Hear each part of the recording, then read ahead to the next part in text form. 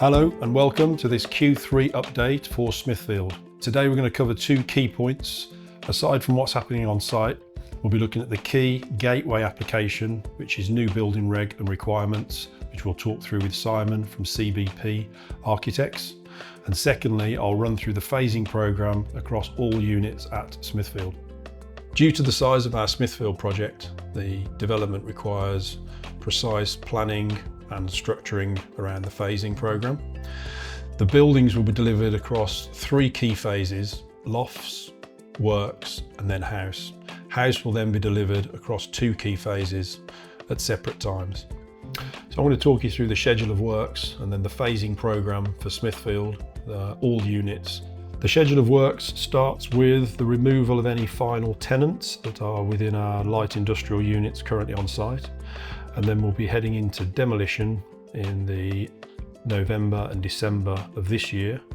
So we want the site cleared for early year and in preparation for the groundworks, and then we'll be working through the site for completion in February 27. Moving on to works.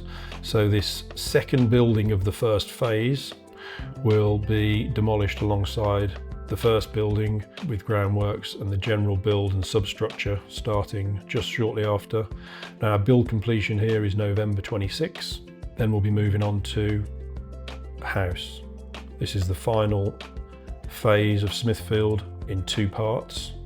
This will be delivered in two phases. Phase 1, we will be working through the site through March 25 through to August 27, with delivery of first phase unit September 27.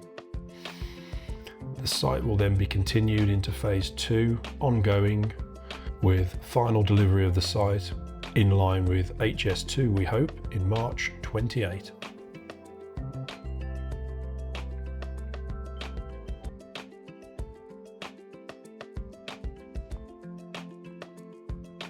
Hi there, I'm Simon Birch. I'm Director of CBP Architects, practicing in Nottingham. We're working on the projects for Prosperity in Birmingham. That's the Smithfield and the Kent Street projects. And I just wanted to go through the situation that's happened with the building regulations recently and the changes that's occurred through the effects of the Grenfell inquiry and how that's affected the process of putting in building regulations. So the main change is that the government brought in the BSA, which is the Building Safety Act, and that quantifies buildings of high risk.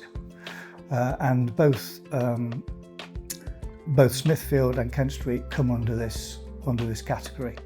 Buildings of high risk are buildings over 18 metres to the highest floor, buildings over 7 stories, and also that contain 2 or more residential dwellings. The process is split into a gateway process, which is Gateway 1, 2 and 3. Gateway 1 is undertaken at the planning stage with an additional fire risk assessment at that stage. Gateway 2, which is where we are with Kent Street and with Pressworks, is at the construction stage. So say that's where we are. That's getting all the information ready to present to the building safety regulator. That happened instead of going through the standard building regulation process. And that goes through for approval before any works can start on site.